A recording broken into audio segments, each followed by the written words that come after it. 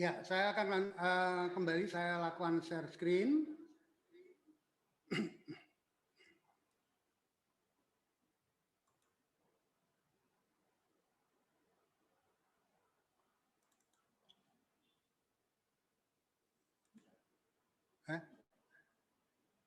Bisa.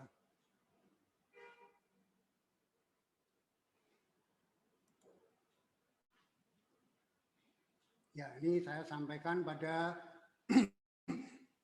teknik proyeksi laporan keuangan.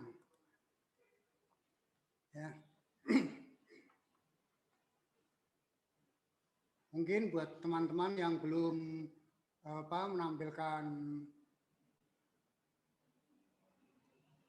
belum menghidupkan ininya, bisa menampilkan wajahnya ya. Saya menggunakan teknik proyeksi laporan keuangan itu kalau kita mempunyai mempunyai laporan, kita menerima laporan keuangan daripada debitur ya, laporan keuangan debitur. Nah, saya pakai model yang paling sederhana untuk melakukan proyeksi. Tapi yang jelas untuk melakukan analisis proyeksi laporan keuangan itu ada dasar yang minimal perlu dimiliki. Yaitu apa? Yang pertama, teman-teman harus memiliki pemahaman akuntansi yang cukup memadai. Ya, harus mempunyai pemahaman yang cukup tentang akuntansi. Yang kedua, mampu melakukan analisis serta menginterpretasikan laporan keuangan. Jadi laporan keuangan yang sudah teman-teman terima itu kan perlu dianalisis rasionya, ya, analisis kasnya dan sebagainya. Terus yang berikutnya dari hasil analisis tadi ada rasio-rasio itu kita pakai sebagai dasar untuk menyusun asumsi yang logis dan bisa dipertanggungjawabkan kebenarannya. Oleh karena itu asumsi yang dibangun itu harus realistik. Asumsi yang dibangun itu harus realistis. Asumsi yang dibangun itu harus realistis. Karena biasanya ada beberapa macam skenario yang untuk proyeksi ya, ada skenario yang optimis, kemudian ada yang pesimis, tapi ada yang moderate. Nah, kalau saya lebih suka yang moderate. Terus yang berikutnya, teman-teman juga harus bisa mengoperasikan Microsoft Excel. Ya, Microsoft Excel. Karena apa? Dengan Microsoft Excel itu sangat membantu sekali bagi teman-teman untuk melakukan proyeksi. Tadi udah di awal saya sampaikan bahwa saya dengan teman saya di kampus itu membuat program akuntansi bagi pengusaha kecil, bagi pedagang, ya, bagi koperasi ya, dan sebagainya. Nah itu pakainya apa? Excel, ya, pakainya Excel. Kalau hanya sampai dengan omset puluhan sampai berapa ya? 100 miliar juga masih mampu lah pakai Excel itu. Oke, lanjut. Nah, langkah-langkah untuk menyusunnya seperti apa? Ini adalah langkah-langkah menyusunnya. Ya, langkah-langkah menyusunnya adalah seperti ini. Dapatkan laporan keuangan perusahaan, baik yang house figure maupun yang audited selama 3 tahun terakhir. Kemudian buatlah analisis rasionya, analisis common size, serta hitung pertumbuhan daripada penjualan maupun total penjualan. Jadi berpegang pada dua hal, yaitu penjualan dan total aset. Yang penjualan itu nanti untuk membantu menyusun laporan laba rugi, sementara yang total aset itu kita pakai untuk menyusun dasar menyusun neracanya, proyeksi neracanya. Nah, terus kemudian buatlah proyeksi total aset selama 3 atau 5 tahun ke depan, dan posisi total aset pada laporan keuangan terakhir itu sebagai dasar, sehingga sebagai asumsi ya, hitunglah rata-rata pertumbuhan total aset selama 3 tahun atau 5 tahun terakhir. Nah itu nanti dipakai. Terus pertumbuhannya berapa, itu ya semuanya dasarnya dari past performance. Ya. Kemudian buatlah proyeksi laba rugi selama 3 atau 5 tahun ke depan, gunakan posisi laporan keuangan terakhir sebagai dasar untuk menyusun proyeksi ke depan. Sebagai dasar asumsi proyeksi, hitung rata-rata pertumbuhan perhitungan laba rugi selama 3 tahun. Terus baru setelah itu, susunlah neraca selama 3 tahun atau 5 tahun ke depan dengan memanfaatkan hasil perhitungan common size. Sebagai dasar proyeksi adalah laporan keuangan terakhir. Untuk masing-masing komponen neraca diperoleh dengan cara mengkalikan hasil perhitungan common size dengan total aset ataupun total liabilitasnya. Jadi salah satunya. Kalau nanti yang neraca ya dasarnya adalah dari total aset, yang sebelah kredit dari neraca ya pasti total liabilitas dan ekuitas. Oke, saya lihatkan contoh yang paling sering ini. Contohnya ini. Misalkan ini ada laporan keuangan dari usaha dagang tidak kenal lelah. Ya. Di sini seperti ini, asetnya, aset lancarnya, ada K, surat berharga, piutang dagang, persediaan, uang muka, jumlah aset lancarnya sekian. Ya, ini semuanya dalam jutaan. Terus bangunan, pabrik, peralatan, ini saya netkan semua, sehingga total asetnya adalah 3609,6. Kemudian untuk yang kreditnya seperti ini, ya, liabilitas jangka pendek itu ada utang dagang, ada utang wesel, ada utang jangka pendek lainnya. Ya, totalnya adalah sekian.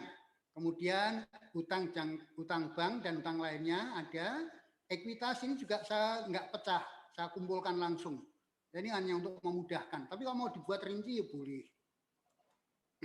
Terus ini adalah harga pokok, ini adalah perhitungan laba rugi. Omsetnya 4,8, harga pokok produksinya HPP-nya adalah 3,3, ini laba kotor, biaya penjualan umum, ini juga globalan, terus kemudian laba kotor. Terus ada pendapatan lain dan sebagainya, terus kemudian ini dikurangi dengan biaya-biaya ini dan pendapatan lainnya, itu akan menjadi laba sebelum pajak, kemudian dikenakan pajak. Nah, setelah itu bagaimana cara membuatnya? Yuk kita mulai. Yang pertama, itu yang saya buat adalah dasarnya dari proyeksi total aset. Kenapa kok total aset? Karena total aset ini adalah untuk menjumlah agar nanti di neraca maupun di laba rugi, di neraca itu antara debit dan kredit itu pasti akan seimbang. Pasti akan seimbang. Dan ini bisa dilakukan lebih cepat. Ya. Oleh karena itu kita tentukan dulu neraca terakhir yang diterima berapa? Total asetnya katakanlah ada 3,6. Ya. Kemudian perubahan ini kita dasarkan dari hasil analisis sebelumnya. Misalkan perubahannya adalah 12,6%. Nah, sudah kita tinggal proyeksikan untuk tahun pertama, kedua, ketiga itu dari mana? Berarti ini tahun pertama adalah 3609,6 kalikan 12,6% ditambah dengan 3609,6. Ketemunya adalah ini, 4064,4. Tahun kedua proyeksinya berapa?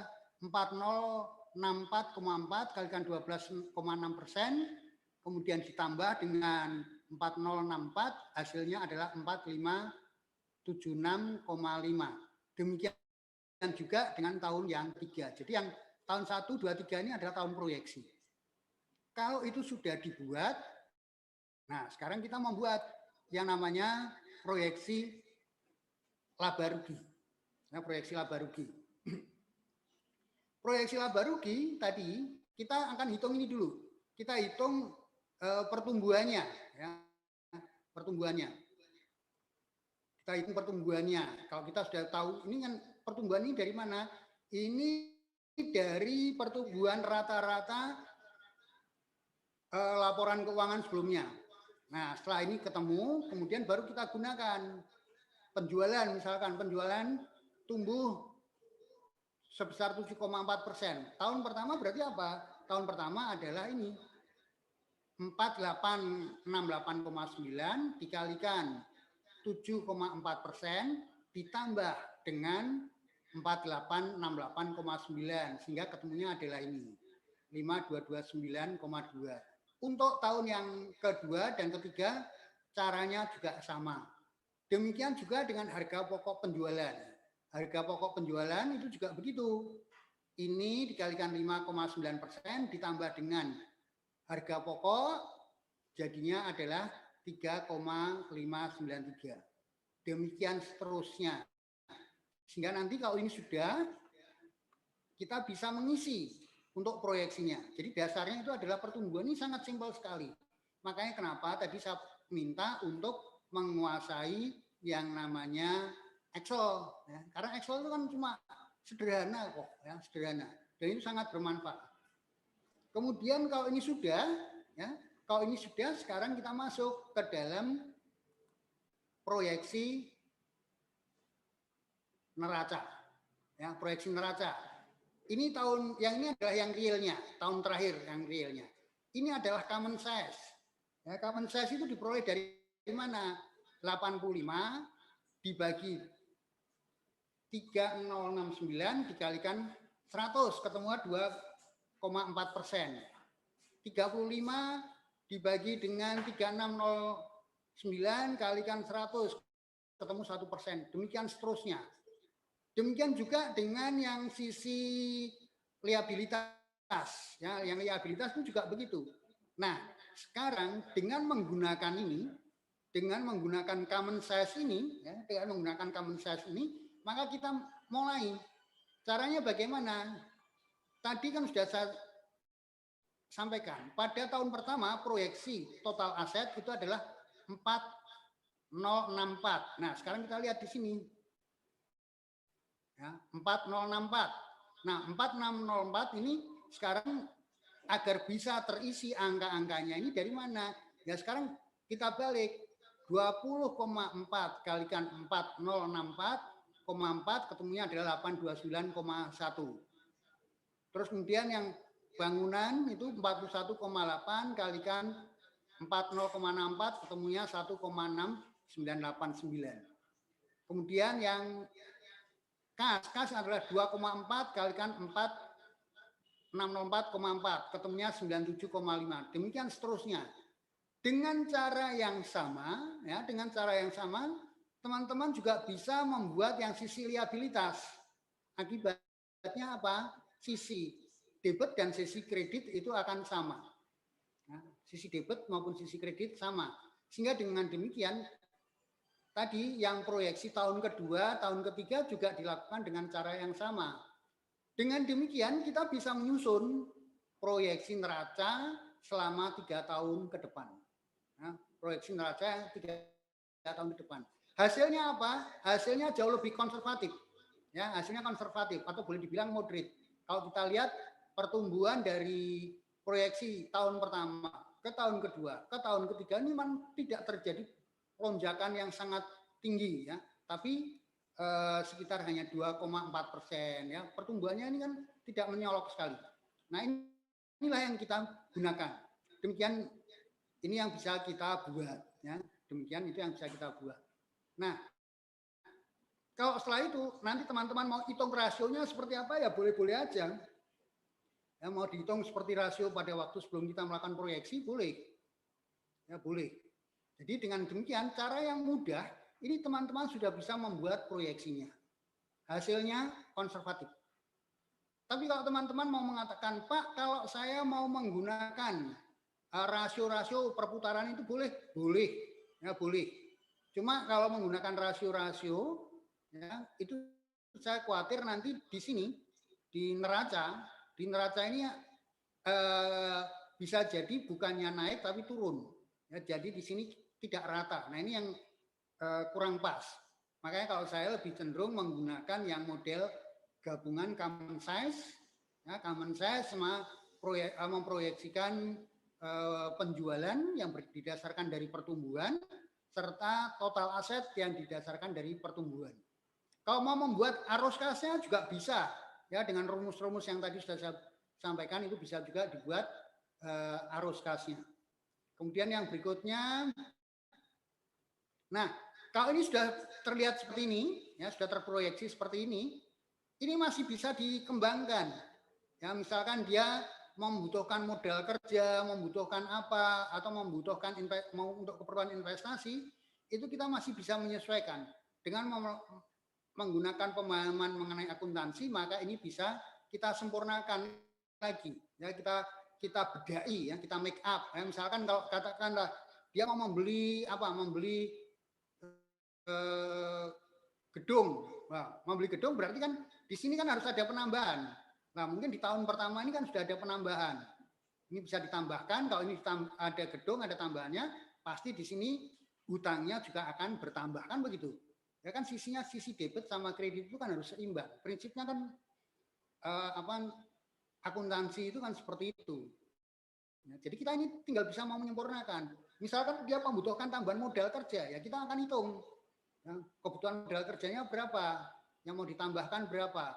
Dari sini kita bisa ngitung, kemudian dia sudah berkembang seperti ini. Oh, kalau kita proyeksikan itu hasilnya seperti ini, kok masih kurang ya? Nah, itu masih bisa kita tambahkan. Nanti mau digunakan apa dan sebagainya, itu masih bisa. Ya. Jadi ini sangat sederhana sekali untuk melakukan proyeksi. Ya. Kemudian yang berikutnya saya masuk kepada beberapa kriteria investasi, ya, beberapa kriteria investasi. Saya tidak akan mengajarkan pada teman-teman yang sulit-sulit, tidak. Untuk beberapa kriteria investasi itu ada yang menggunakan payback period, ada yang menggunakan net present value maupun internal rate of return. Biasanya orang kalau suruh ngitung net present value maupun internal rate of return itu udah bingung. Ya, tadi saya sampaikan, teman-teman perlu menguasai Microsoft Office, menguasai Excel. Kenapa? Karena fasilitas untuk ngitung NPV dan IRR itu ada. Ya. Kalau sudah teman-teman sudah membuat proyeksi, terus kemudian mau menghitung NPV dan IRR, itu bisa menggunakan Excel karena sudah tersedia rumusnya. Nah, sebelum sampai pada rumus, yuk kita lihat dulu. Payback period itu apa? Payback period itu adalah suatu periode yang diperlukan untuk menutup kembali pengeluaran investasi dengan menggunakan aliran cash neto atau proceed. Nah, proceed itu bagaimana diperolehnya? Kalau teman-teman sudah bisa membuat proyeksi laporan keuangan, proyeksi perhitungan laba rugi, itu kan nanti ada laba setelah pajak. Nah, proceed itu adalah laba setelah pajak ditambah dengan penyusutan. Ya, laba ditambah dengan laba setelah pajak ditambah dengan penyusutan. Kenapa kok penyusutan perlu dihitung masukkan lagi? Karena penyusutan itu adalah pengeluaran non tunai. Itu sudah terjadi di waktu yang lalu. Tapi pada sekarang ini kan tidak, hanya pengalokasian. Oleh karena itu kembali perlu dimasukkan sehingga itu akan memperoleh proceed. Nah, hasil perlu dibandingkan dengan minimum payback period yang dapat diterima. Semakin pendek jangka waktunya akan semakin baik. Contohnya seperti ini. Ya. Misalkan tahun pertama, ini tahun 1 sampai 4 ya. Terus di sini ada perkiraan arus kas. Ini adalah merupakan pengeluarannya, investasinya. Ini yang tahun pertama 500.000, 400.000, 300.000 dan 100.000 itu adalah adalah proceednya, ya, proceednya. Laba setelah pajak ditambah dengan penyusutan. Ini sudah saya langsungkan. Nah, bagaimana mau menyusun payback periodnya? Payback periodnya gampang. 500 dikurangi 1 miliar dikurangi dengan 500 dikurangi berarti tinggal berapa? Tinggal 500 toh. Sekarang udah masuk lagi 500, ada profit 400 kurangi untuk dipakai untuk mengurangi 500 tinggal 100. Nah, 100 butuh pada tahun berikutnya lagi ada 300 masuk. 300 masuk. Nah, ini sudah dikurangi sehingga di sini hasilnya adalah arus kas positif. Arus kas kumulatifnya adalah positif. Sehingga dengan demikian butuh waktu berapa? Kan cuma 2 tahun. Ini tahun pertama masuk 500, tahun kedua masuk 400, tahun ketiga ada 300, ternyata lebih 200. Sehingga dengan demikian apa? Tahun kedua nih berarti yang tahun ketiga berapa? Ya tinggal 100 dibagi dengan 300 dikalikan 12 bulan. Ketemunya berapa? 4 bulan. Sehingga payback periodnya adalah 2 tahun 4 bulan. Kan itu. Ya. Jadi nggak usah bingung-bingung ngitung-ngitung membuat yang rumit-rumit. Ya. Yuk, sekarang lanjutkan. Nah, yang berikutnya dengan net present value. Teman-teman kalau suruh lihat yang seperti ini, isinya matematik semua, bingung. Pasti bingung. Ya. Wah, Pak Paulus itu malah ngajari saya ngel-ngel. Ya kalau saya ben pinter ya tak ajari saya ngel-ngel. Ada dasarnya nanti teman-teman. Kenapa yang ini perlu saya sampaikan pada teman-teman? Ya. Kenapa ini perlu saya sampaikan pada teman-teman? Kok pakai kriteria investasi segala? Nanti saya tunjukkan, ya. Saya tunjukkan tentang apa? Tentang pelatihan yang diberikan oleh Bank Indonesia tentang analisa kredit, tapi yang ditinjau dari aspek keuangan. Nanti ada, ya. Itu pakai scoring dan dikombinasi dengan proyeksi keuangan ini. Jadi saya nggak ngomong kosong. Oke, saya mulai dulu net present value. Net present value itu adalah merupakan selisih antara present value outlays, antara pengeluaran dengan present value proceed. Jadi penerimaan-penerimaan yang akan datang itu harus kita nilai sekarang, nilai tunaikan sekarang. Jika NPV-nya positif, maka diterima. Sebaliknya kalau negatif itu harus ditolak. Ya. Rumusnya adalah seperti ini. NPV sama dengan sigma T sama dengan 0 sampai dengan N, CF, ya, cash flow ini, atau proceed, dibagi 1 plus K pangkat T. T itu adalah jangka waktunya, pangkatnya. Nah ini rumus yang seperti ini saya udari seperti ini. NPV sama dengan minus PV outlays dibagi 1 plus K pangkat 0 ditambah proceed tahun pertama dibagi 1 plus K pangkat I. K itu apa? K itu adalah suku bunga. Ya, suku bunga. Ini suku bunga efektif. Ya, bukan suku bunga flat. Ya, bukan suku bunga flat. Makanya apa? Bekerja di BPR harus paham. Bisa membedakan antara suku bunga efektif sama bunga flat. Setelah itu ini dihitung terus sampai dengan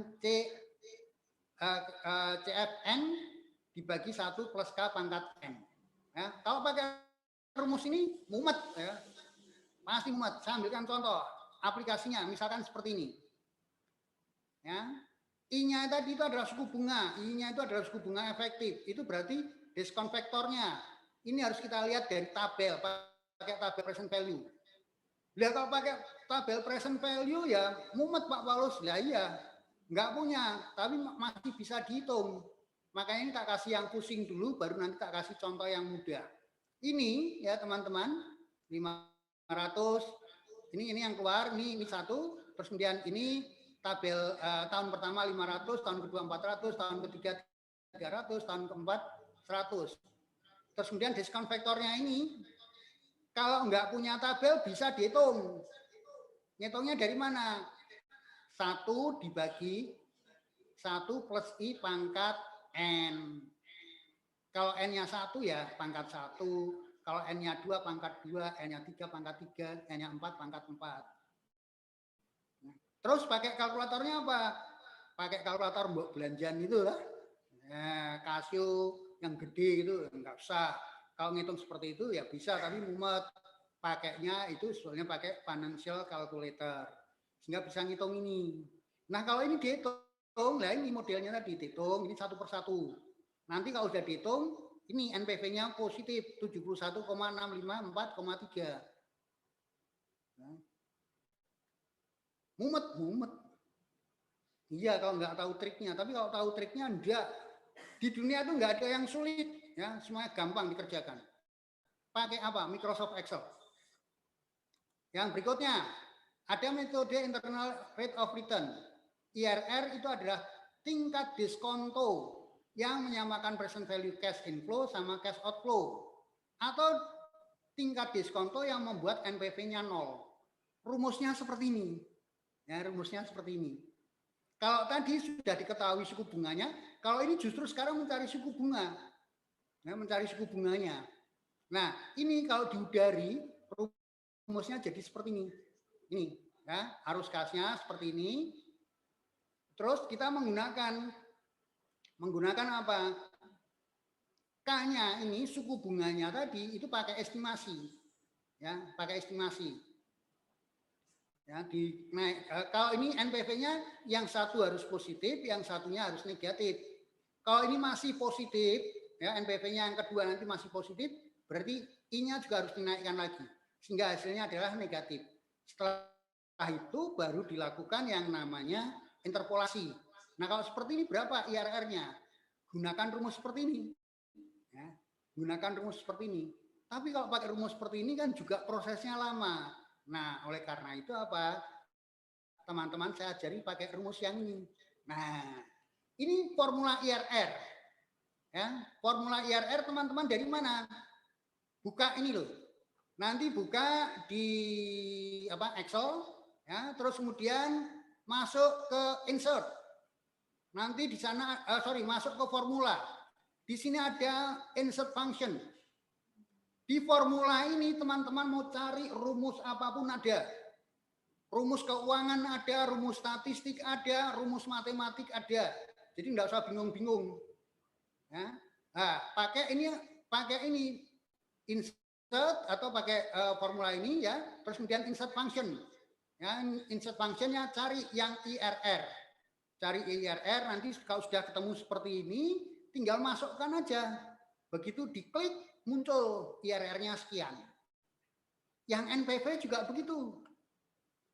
NPV juga seperti ini. Ya. Ini pakai formula, insert, tulis NPV, dia akan muncul seperti ini. Ya. Nah, ini kan cuma menghemat waktu. Ngapain ngitung pusing-pusing. Ya. Terus sekarang bagaimana hasilnya? Contohnya ini. Ini contohnya. Ini suku bunga 10%. Present value investasi tadi 1 juta, tulis. Prosit tahun pertama 500.000, prosit tahun kedua ini, prosit ketiga ini, prosit keempat ini. NPV-nya ditinggal klik, ngitung klik, ini rumusnya 71,654,32. Sama seperti tadi yang dihitung manual. IRR-nya yang ngitung aja pakai rumus tadi. Ya, tinggal masukkan, klik, ketemu 14,49. Enggak susah. Pengen bukti? Oke, saya tunjukkan. Daripada saya dibilang apa, biar tidak ada dusta di antara kita. Tak tunjukkan cara membuatnya, ya. Cara membuatnya. Sebentar, saya tulis dulu. Ini suku bunga 10%, PP minus 1 juta, tahun kedua 0, 1, 500.000, kedua 400.000, ketiga 300.000, terus kemudian tahun keempat 100.000. Yuk, saya bukakan Excel-nya ya. Saya buka Excel dulu sebentar. Sebentar, ini saya stop share. Nah, sekarang saya buka. Sebentar. Saya buka Excel dulu.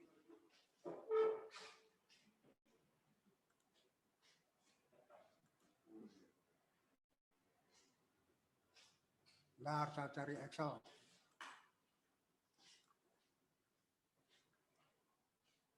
Microsoft Office.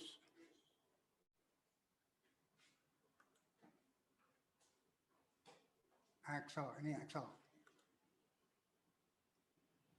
Mudah-mudahan nanti bisa share screen ya.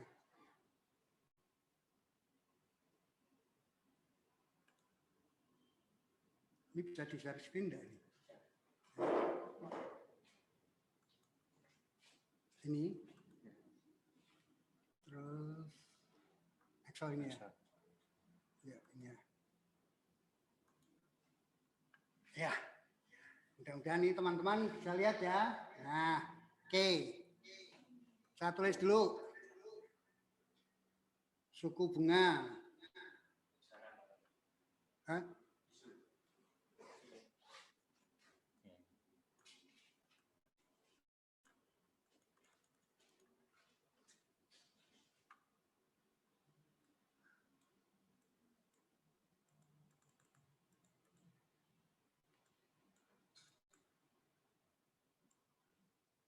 Ya.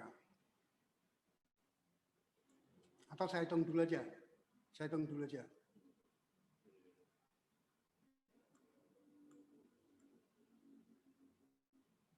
Ya, saya hitungnya dulu aja. Ini. Aduh, malah.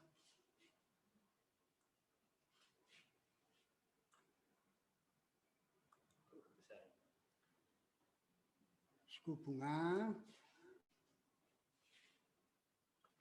Ini 10%. Ya. Investasi. Invest. Minus 1 juta. Tuh 23. Tuh 23.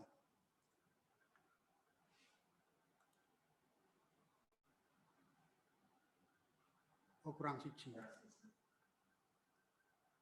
Ini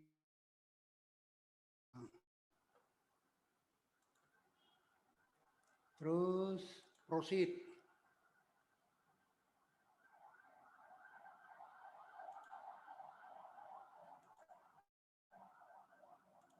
Oh, sorry. Ini sama dengan minus 1 juta. 23. Terus berikutnya tahun ke-1, tahun 1 proceed. Tahun 1 berapa tuh 500 ya. 500. Tuh 23. Nah.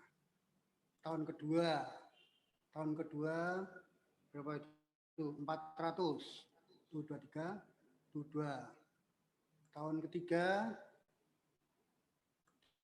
300. Tuh 23. Tahun keempat 100. Tuh 23. Sekarang di sini NPV. Terus ini IRR.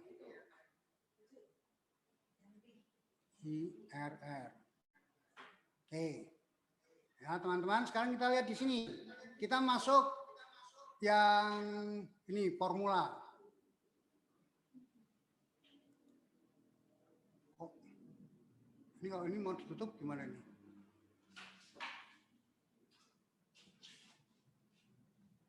Formulanya ini. Ditutup. Ini formula. Ini biar nggak kelihatan gimana?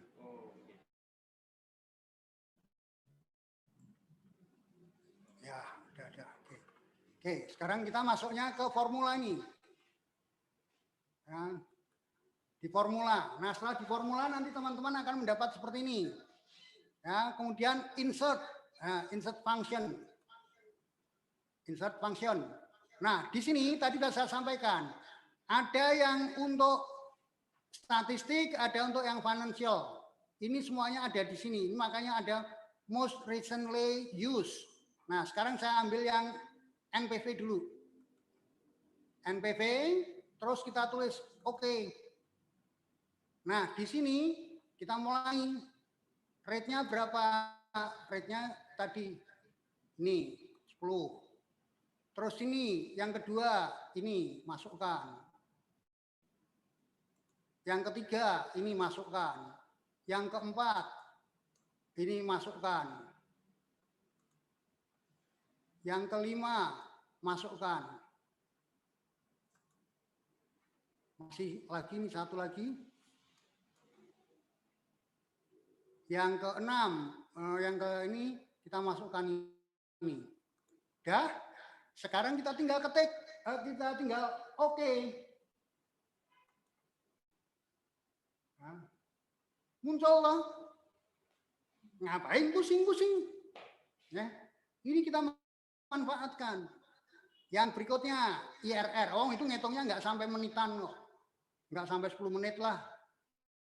Ya, yang berikutnya IRR. Kita hitung lagi, masukin lagi formula. Nih, insert function. Ini ada pilihan ya. Pilihan ini IRR. IRR kita tulis, oke. Value. Value-nya ini. Terus guys, ini.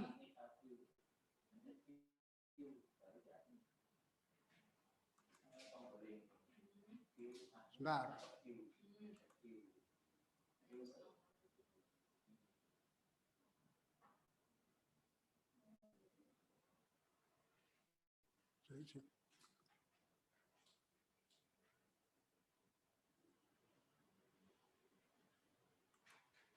Ini 14.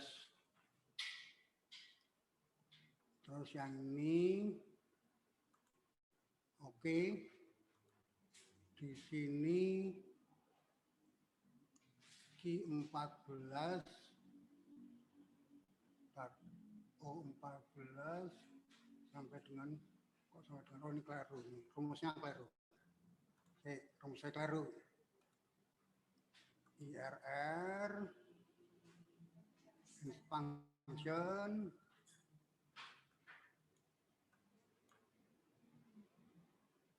IRR mau dia.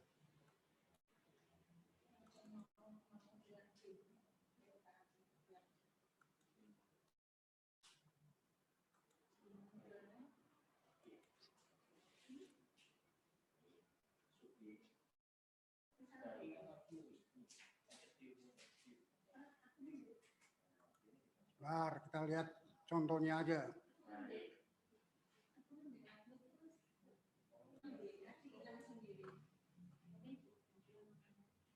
Tapi prinsipnya sebetulnya sama aja. Ya.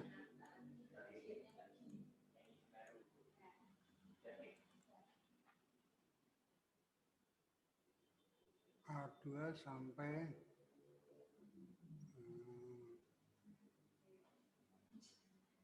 A2 sampai A6. Ini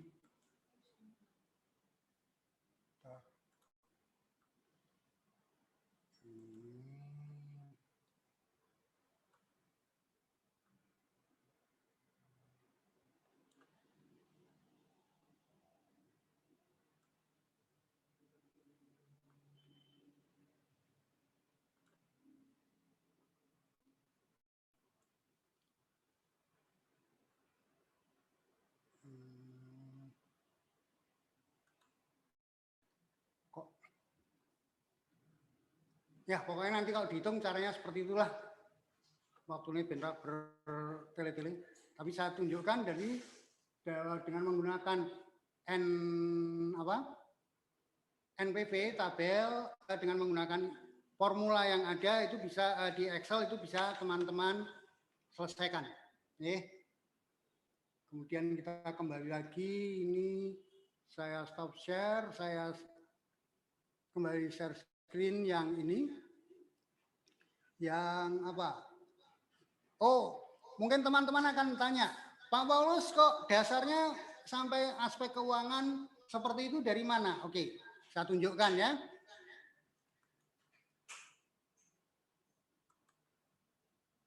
Teman-teman sekalian, wah ini mungkin bisa diperbesar.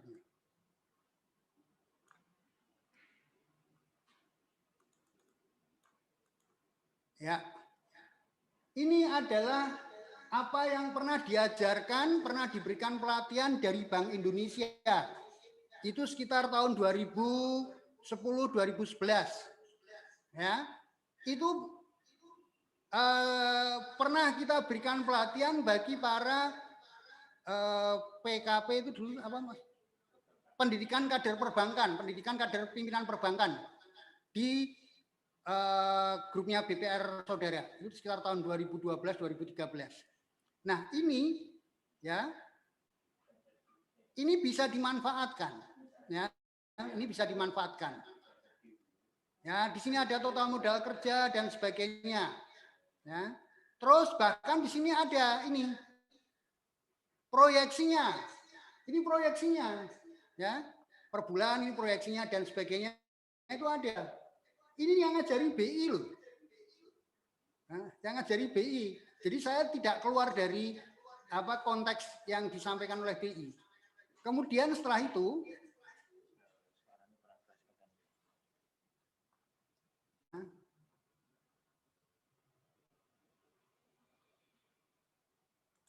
bentar, ini ada. Oke. Nah, kemudian lebih jauh apa yang kita bisa lihat?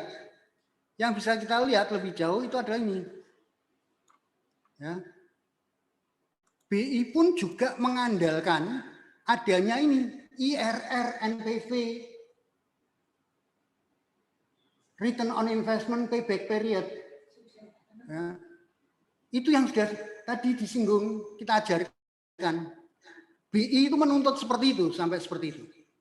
Ya, saya cuma tidak menghitung tadi mengenai return on investment. Ya, tapi paling enggak 3 hal tadi sudah jelas. Ini loh dasarnya. Nah, jadi saya nggak tahu apakah di antara BPR-BPR dari 25 BPR ini sudah memakai konsep seperti yang pernah saya peroleh dari BI atau tidak, saya nggak tahu. Tapi yang jelas, inilah yang menjadi latar belakang kenapa saya menyampaikan hal ini kepada teman-teman sekalian. Ya. Ya, Bank Indonesia itu yang melakukan. Karena kita diambil di bawah OJK itu kan sekitar tahun 2013-2014. Nah, sebelumnya ini. Ya. Nah, ini hasilnya, ya, scoringnya. Nah, meskipun sekali lagi, meskipun kita tidak menggunakan apa yang B ini formulir yang diberikan ini, tetapi kembali lagi kita tidak kalah dengan apa yang dikehendaki BI.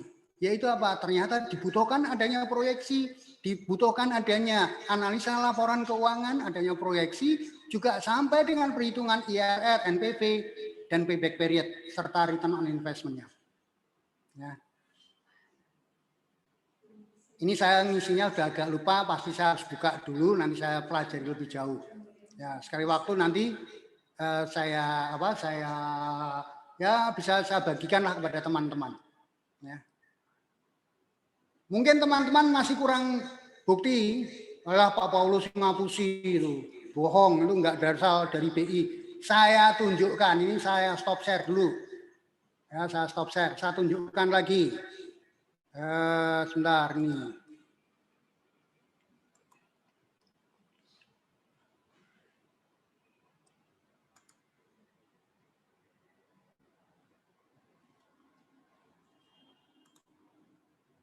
Ini saya tunjukkan yang dari BI, materi pelatihannya ya, biar teman-teman melihat bahwa apa yang disampaikan Pak Paulus itu tidak bohong. Biar di antara kita tidak ada dusta. Tidak ada dusta di antara kita, kan gitu.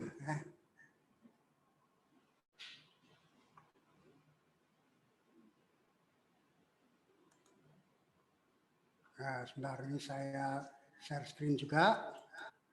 Saya share screen.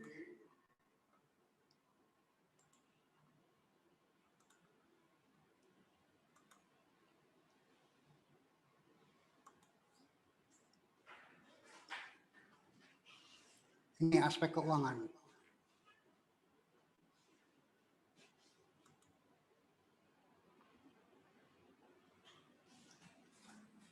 Mungkin butuh proses. Kelihatan ya teman-teman sekalian?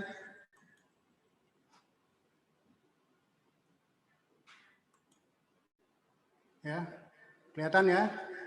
Aspek keuangan. Ini Bank Indonesia loh, ini. Bukan Pak Paulus yang ngomong ya.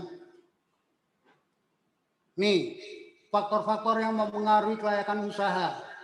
Ya. Ada keuangannya dan sebagainya. Ini prosesnya kelayakan usahanya. Terus kemudian ini ada identifikasi biaya, cara menghitung kebutuhan modal kerja,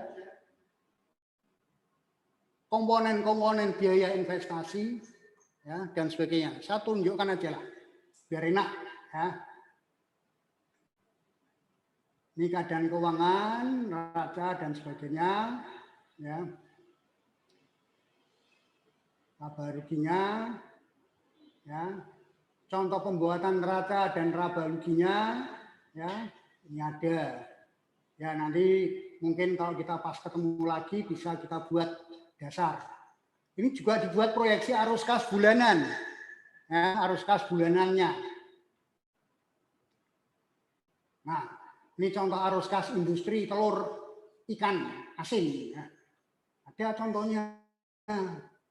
Ya. Terus kemudian evaluasi kemampuannya. Ya, likuiditas, solvabilitas, ini rasio-rasionya sama toh. Cuma tadi saya ambil yang penting-penting aja, ini dibuat lebih lengkap. Analisis rasionya, debt to equity ratio sampai ini lengkap, ini sampai dengan break even. Saya nggak menggunakan break even point. Kenapa? Break even point ini banyak asumsi. Ya banyak asumsi. Kalau satu asumsi nggak terpenuhi, nggak bisa diterapkan. Ya, makanya saya nggak mau menggunakan break even point. Dan pada kenyataannya break even point itu tidak merupakan garis lurus. Total biaya itu pasti nanti gambarnya adalah kuadratis. Ya, kuadratis itu pangkat 3 itu. Sehingga nanti gambarnya melengkung. Sehingga nanti akan ketemu 2 titik break even point ya di atas sama di bawah. Nah ini contoh-contohnya yang disampaikan oleh BI.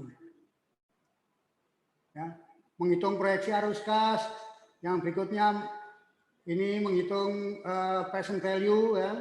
Tadi ini kan teknis sekali, tapi yang saya janganlah yang teknis-teknis enggak bingung.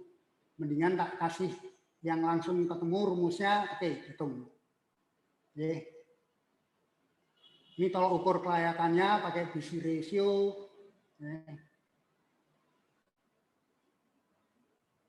Ya inilah yang analisa. Nah ini analisis sensitivitas.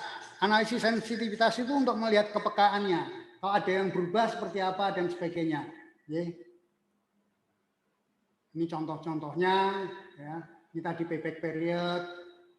Terus kemudian average accounting rate of return ini saya nggak pakai. Terus kemudian ini contoh neracanya. Ya. Ini biar tahu lah semuanya. Itu yang dari BI. Ya, ini saya stop share. Jadi biar tidak ada dusta di antara kita. Aku digeguyu makan karo Pak Pur. Nah, akhirnya teman-teman sekalian sampai pada bagian ujung dari apa yang saya paparkan, yaitu ini. Nah, ini.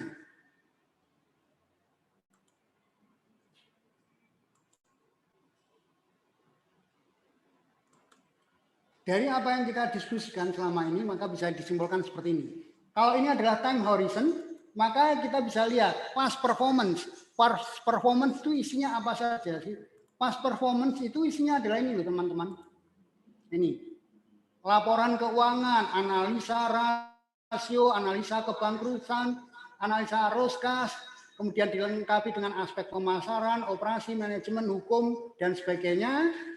Teman-teman melakukan pengecekan ke sana kemari, ya, ke sales BI dan sebagainya, itu ada di sini. Itu ada di past performance. Nah, kredit itu hubungannya dengan ini, future. Nah, ke depan itu apa? Ya ini. Proyeksi keuanganmu itu seperti apa?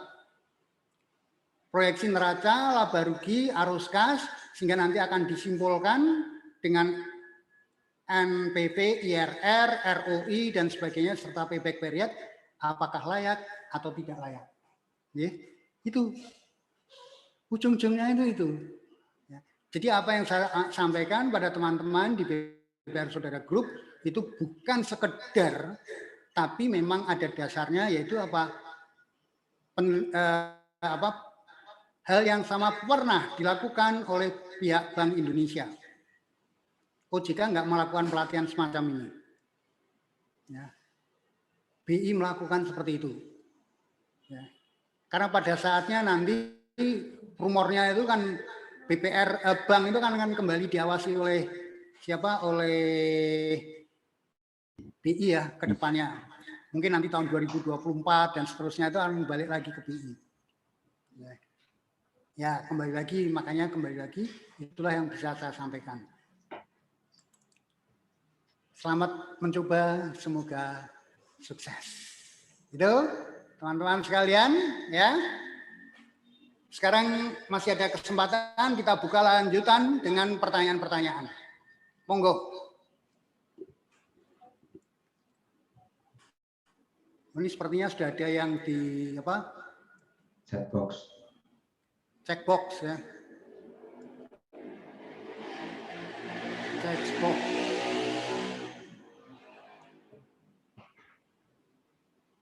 Bentar. Ini sudah. Sebentar yang tadi.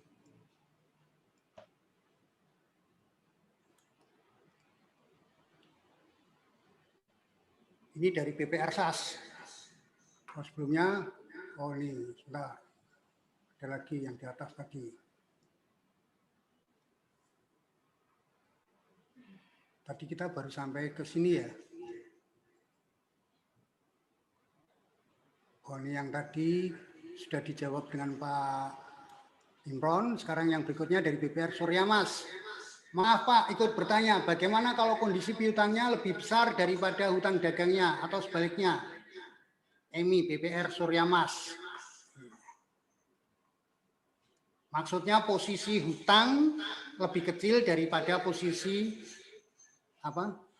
posisi piutang dagangnya gitu ya. Ya itu biasa-biasa saja. Kalau kita berbicara dari saya lihat dulu, kenapa perusahaan perlu justru lebih banyak memanfaatkan hutang dagang. Ya. Kita kembali pada konsep manajemen keuangan. Hutang dagang itu adalah suatu hutang yang tidak dibebani dengan bunga. Ya. Tidak dibebani dengan bunga. Sehingga kalau pedagang yang cerdas, dia akan memanfaatkan hutang dagang. Kenapa nggak ada bunganya? Tapi kalau untuk keperluan modal kerja banyak dibiayai dari bunga, dibiayai dari bank. Nah itu kan ada bebannya. Bunga itu yang namanya bunga bank. Sehingga bunga bank tadi akan sebagai biaya akan menggerogoti keuntungan perusahaan.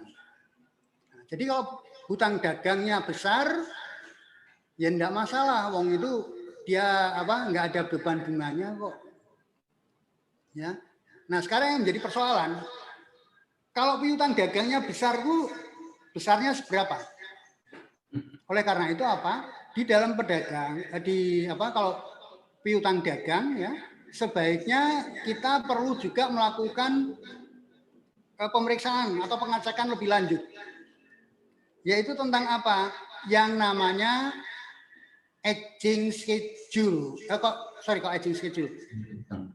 Yang namanya umur piutang.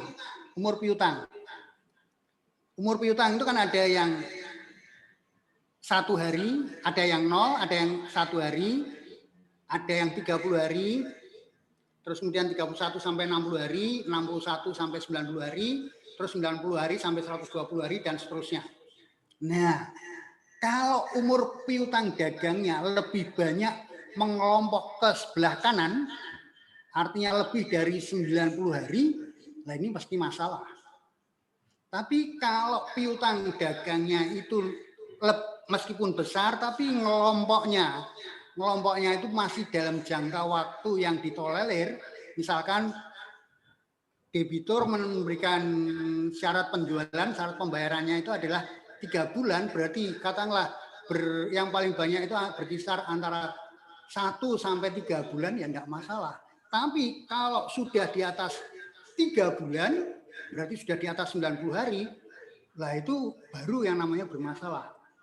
Jadi kita harus hati-hati, ya, Ibu Emi. Jadi itu yang perlu dipahami tentang piutang dagang dan hutang dagang. Orang menggunakan hutang dagang dalam jumlah besar itu tidak jelek, itu baik. Karena apa? Dia bisa memanfaatkan, ya, memanfaatkan kepercayaan sehingga dia bisa menekan biaya. Dia bisa menekan biaya sehingga sebagian modal kerjanya itu dibiayai dari hutang. Nah, kan enak loh. Oh, nggak ada beban bunganya, berarti apa? Labanya bisa lebih besar. Itu ya. Oke. Yang berikutnya. Ini dari Mbak Ivon, BPR Housing.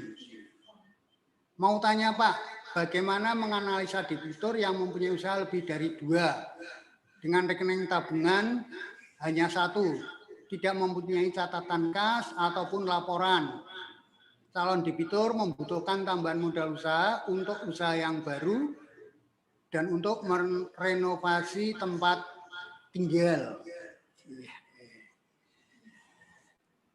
Tadi ini sebetulnya sudah disinggung ya dengan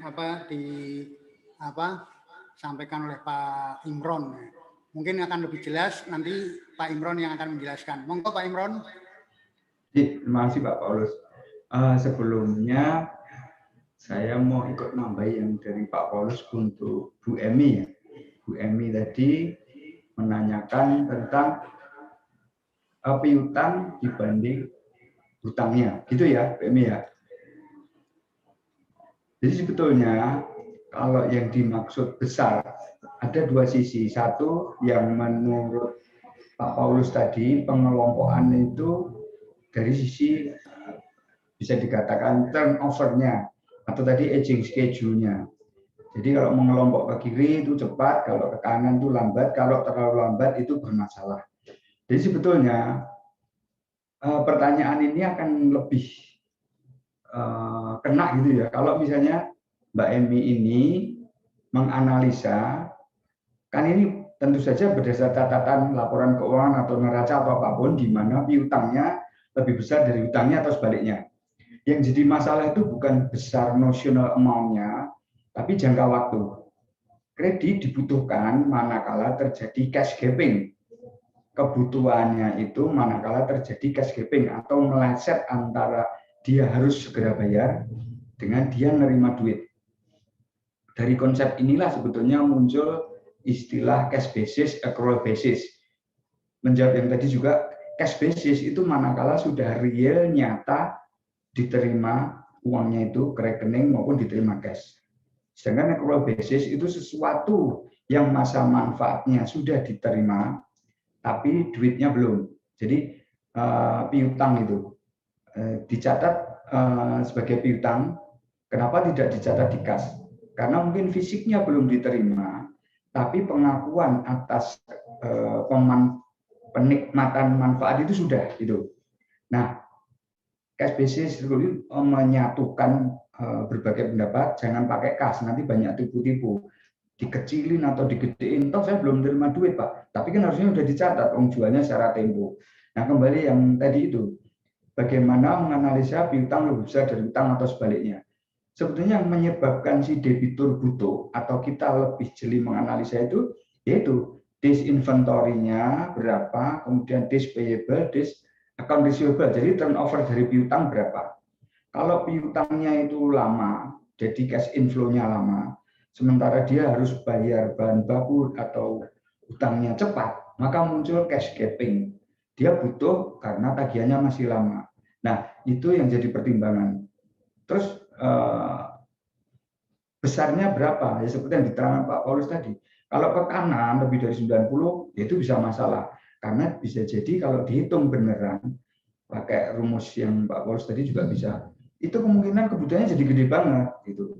karena hutangnya diterima, hutangnya dibayar sekarang, penerimaan piutangnya lama. Nah itu kita masuk ke situ kalau masih pembiayaan piutang, bukan anjak piutang, bukan factoring, tapi pembiayaan dari si piutang. Itu yang pertama tadi yang itu. Kemudian yang kedua tadi dari siapa ya Pak Paulus? Oh, kebutuhannya lebih dari 2 ya. Usahanya lebih dari 2. Nah, sama saja. Mau usahanya 2 maupun 10, Anda tanya dulu. Kredit purpose-nya itu untuk apa? Pak, saya mau mengajukan pinjaman. Untuk apa, Pak? Nah, nanti dari untuk apa, kita bisa struktur pinjamannya, apakah ini berjangka, jadi bayarnya itu jangka waktu tertentu, hanya bayar bunganya, atau kredit angsuran. Dari situ, tapi usaha saya banyak. Ya berarti kalau usaha banyak, ini untuk salah satu usaha, kita analisa di situ, maka penghasilan dari usaha yang lain, itu kita kelompokkan sebagai pendapatan tambahan. Nah, kalau biayanya itu juga kita kelompokkan dari biaya semua. Misalnya begini, yang satu pendapatannya, usaha yang satu setiap 3 bulan baru terima duit. Ya bisa aja Anda analisanya tetap bisa bulanan. Caranya pendapatan 3 bulan dibagi 3. Sama dengan pendapat usaha yang pendapatannya bulanan. Jadi apple to apple, kalau membandingkan usaha A, B, C, D, asal apple to apple mau digenjot setahunan perhitungannya, atau sebulanan, kan tinggal bagi atau ngalikan. Nah, dari situ apple to apple, nanti biayanya juga disetahunkan. Kalau bulanan, biaya. Jadi sebetulnya tidak ada masalah. Cuman kalau itu pinjamannya besar dan usaha itu dua-duanya jalan. Contoh, ada satu debitur, itu ada di 2 atau 3 di BPR saudara kita, usahanya kontraktor sekaligus pengusaha bis, jasa transportasi. Di BPR A dia masuk sebagai kontraktor, sampai sudah hampir mentok BMPK. Di BPR B dia masuk dari sisi transportasi. Manakala dia mengajukan ke kita lagi, yang tadinya kontraktor, untuk apa Pak? Untuk beli bis. Ya jangan dimasukkan ke kontraktor. Masuk usaha lain. Bapak punya CV? Iya, CV-nya lain. Nah itu yang disebut dengan usahanya apa. Jadi bisa saja ini tuan A, jenis usahanya apa? Transportasi bis gitu. Terus kemudian tuan A juga mungkin fasilitas yang lain, usahanya apa? Kontraktor. Nah itu lain-lain. Tapi kalau orang maju, usahanya banyak, tolong Pak saya butuh sekian.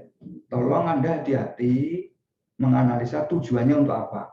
Dari tujuan itu Anda bisa tahu ini tak kasih fasilitas strukturnya bagaimana. Jenis pinjamannya apa. Seperti itu. Jadi dan sekali lagi tolong kalau gitu-gitu tolong ditengok dapur Anda ya. Anda kalau diminta masak gado-gado ada bumbunya enggak? SOP-nya ada enggak?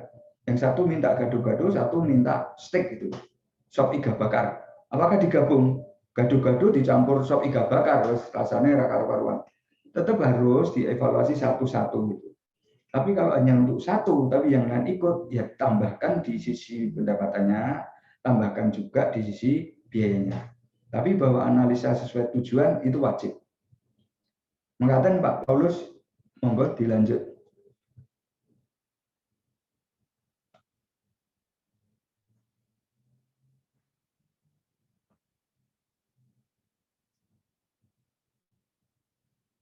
Silakan, monggo Pak Paulus.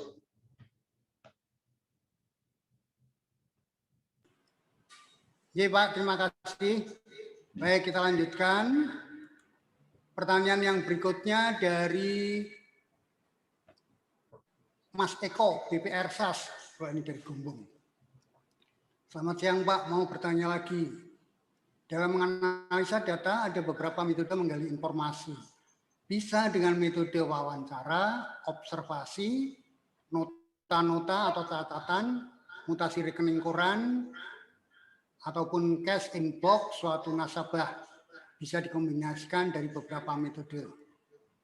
Yang ini yang sebelum saya lanjutkan, apa ya boleh ya orang ngecek apa cash in box duitnya debitur itu di cash box gitu.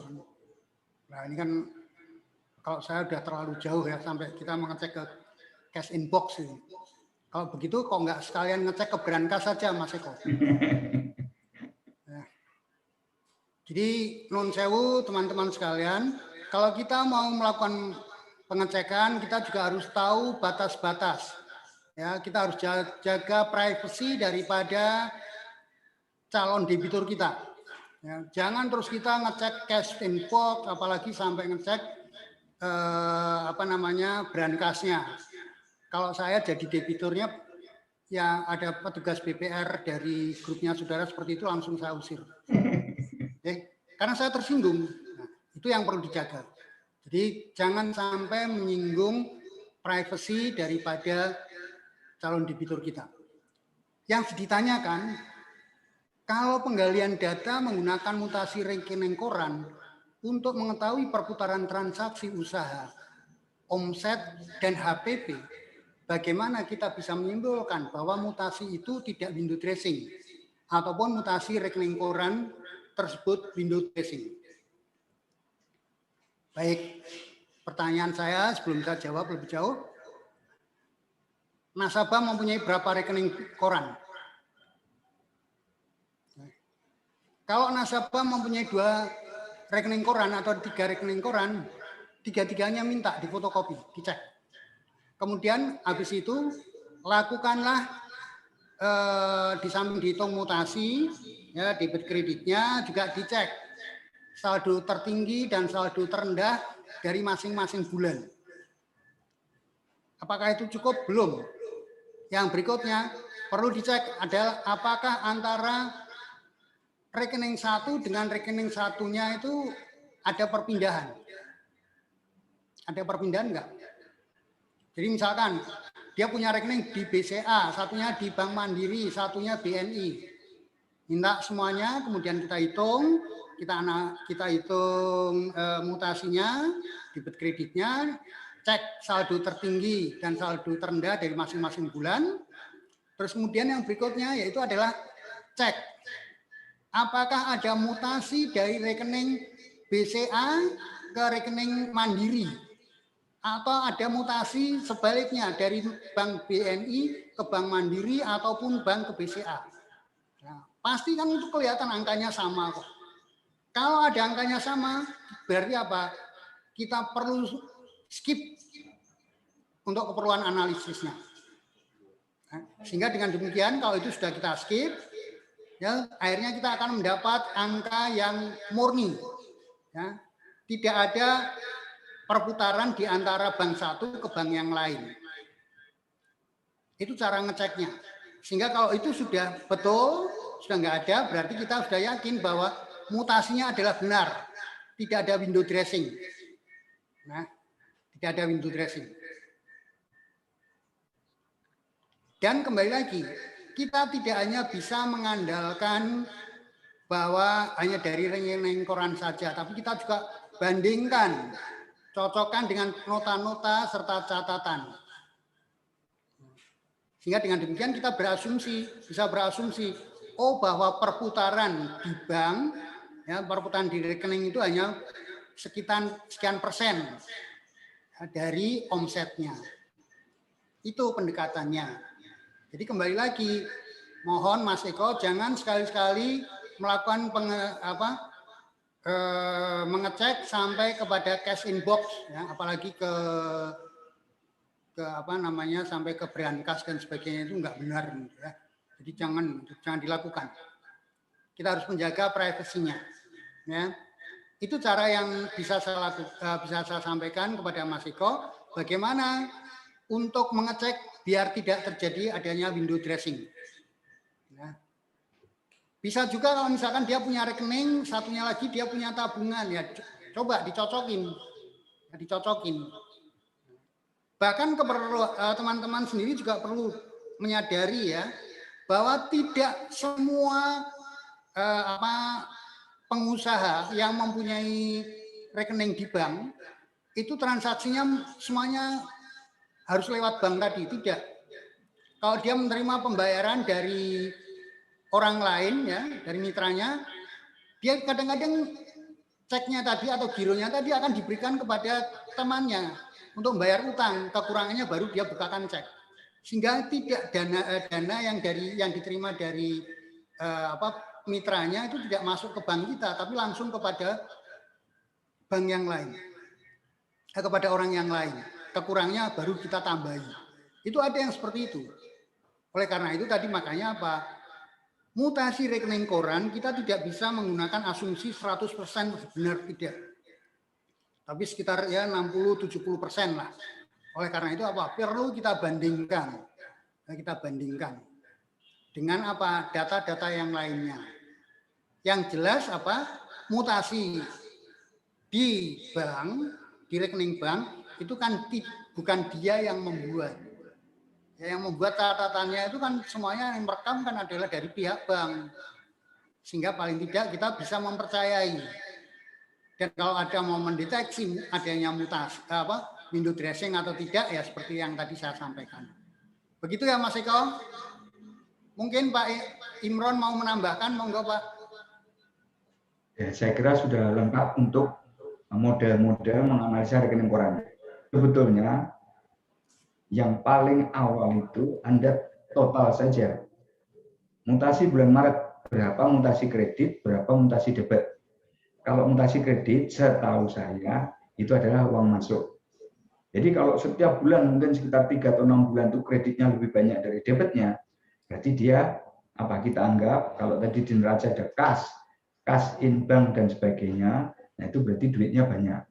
Kalau ternyata mutasinya banyak kredit, tapi di neracanya nol, nah kita tanya, ini gimana Pak, maksudnya apa ya? Gitu.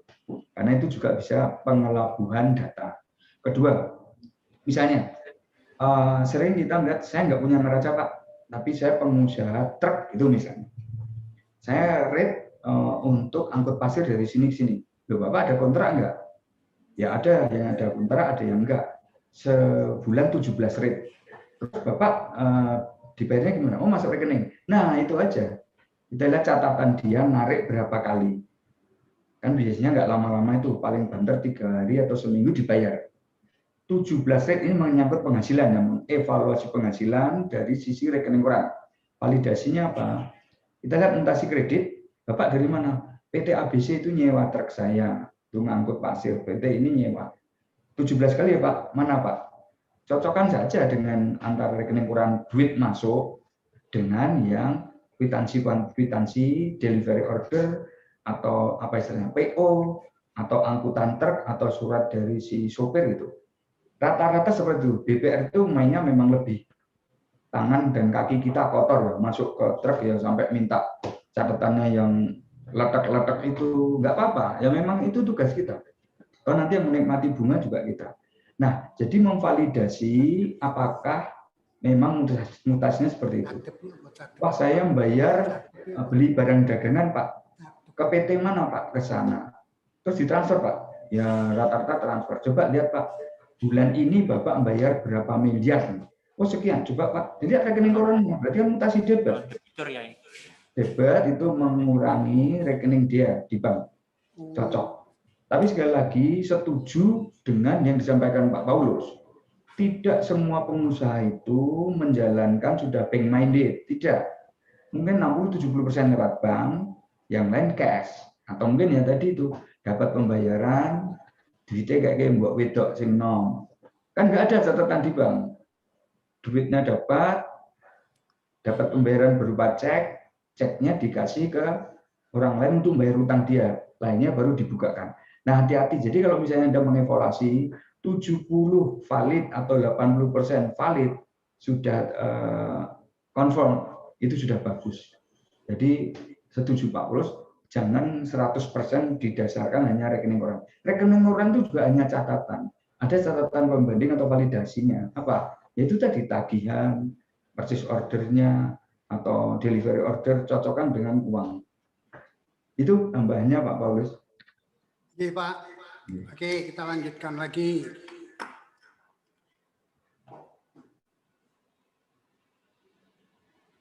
Ini dari Mas Eko, BPR SAS. Mau bertanya lagi boleh? Ya Pak Imron, oh boleh. Boleh. Kalau di BPR Saudara Group, jika ada cadep ini apa nih? Calon debitur apa calon debitur ya? Mungkin calon debitur ya. pengajuan tujuan pinjaman investasi. Calon deposan itu. Oh, calon deposan, Pak. Enggak, pinjaman debitur, Pak. Ya, calon debitur, Pak ya. Ya. Itu mestinya B bukan B. Makanya saya tadi diskusi sama Mas Andre, saya pikir deposito, deposan, enggak tahunya debitur ya. Oke. Jika ada calon debitur yang maju pengajuan tujuan pinjaman investasi, pembelian aset yang berhubungan dengan usaha yang bersangkutan. Adakah persentase pembatasan maksimal pembiayaan? Walaupun dari kapasitas usaha dan jaminan sangat mengcover pinjaman yang diajukan. Misal ditambah dengan jaminan tambahan lainnya. LTV-nya sangat mencukupi. Dan untuk menghindari side streaming, apakah ada kebutuhan investasi baik plafon pinjaman kecil, middle atau besar, tetap harus wajib ada RAB, sehingga dasar-dasar kredit baik TKSC, tujuan pinjaman, kapasitas, set, checking, istilah yang aneh-aneh, yang mencerminkan karakter dan kolateral dapat memperkecil atau mengurangi risiko kredit atau audit. Kadang dalam perbankan analisis kepedean dalam pembiayaan yang tidak sesuai dengan kebutuhan, sehingga pembiayaan menjadi multiguna. Investasi ditambah modal kerja, dibagi investasi, tambah konsumtif dan sebagainya. Karena yang saya tahu di BPR tidak ada tujuan pinjaman multiguna dalam satu analisa kredit. Oke. Ini pinjaman investasi ya, pinjaman investasi saya coba jawab dulu. Untuk yang pinjaman investasi, pembelian aset yang berhubungan dengan usaha yang bersangkutan, adakah pembatasan maksimal pembiayaan? Baik, ya teman-teman sekalian, dulu Bank Indonesia pernah ya kemudian ditindaklanjuti oleh OJK untuk kredit mobil ya, untuk kendaraan itu kan dulu ada pembatasan. Down payment-nya uang mukanya 30%. Ya, terus kemudian ada lagi untuk rumah itu berapa persen ya, gitu. Namun sekarang kan sudah mengalami perubahan. Nah, sebaiknya kalau pembelian aset, untuk pembelian aset itu juga ada yang namanya self financing. Jadi kan begini. Misalkan saya mau membeli sebagai pengusaha, saya mau membeli alat berat ekskavator ya. Atau teman-teman yang biasa mengenal itu adalah beku. Kalau saya lebih cenderung pada ekskavator, ada tipe PC 200, ada PC 300 dan sebagainya. Nah, untuk mengurangi risiko, maka sebaiknya kita juga memerlukan adanya pembatasan. Artinya apa? Si debitur tadi perlu melakukan self financing sendiri. Ya, misalkan berapa 20%-nya atau 30%-nya itu perlu. Ya. Dan pada umumnya untuk kredit investasi, bank itu akan menentukan adanya self financing. Ya, adanya self financing. Tujuannya apa? Tujuannya adalah untuk mengurangi risiko. Ya, kita untuk mengurangi risiko. Karena ini terkait dengan risiko kredit, apalagi kalau nilainya besar sampai ratusan juta atau bahkan di atas 1 miliar. Nah, untuk itu perlu adanya adanya pembatasan, yaitu dengan tadi mengurangi down payment. Jadi kalau misalkan ekskavator harganya yang mau diambil adalah ekskavator harganya 1,5 miliar, ya 1,5 miliar ya jangan semuanya dibiayai oleh BPR, walaupun katakanlah BPR tadi BMPK-nya adalah 1,5 miliar. Kita perlu turunkan, yaitu apa? Kita minta kepada si calon debitur tadi, silakan Anda menyediakan 20% atau 30%, 70 sampai 80% nanti yang akan dibiayai oleh BPR.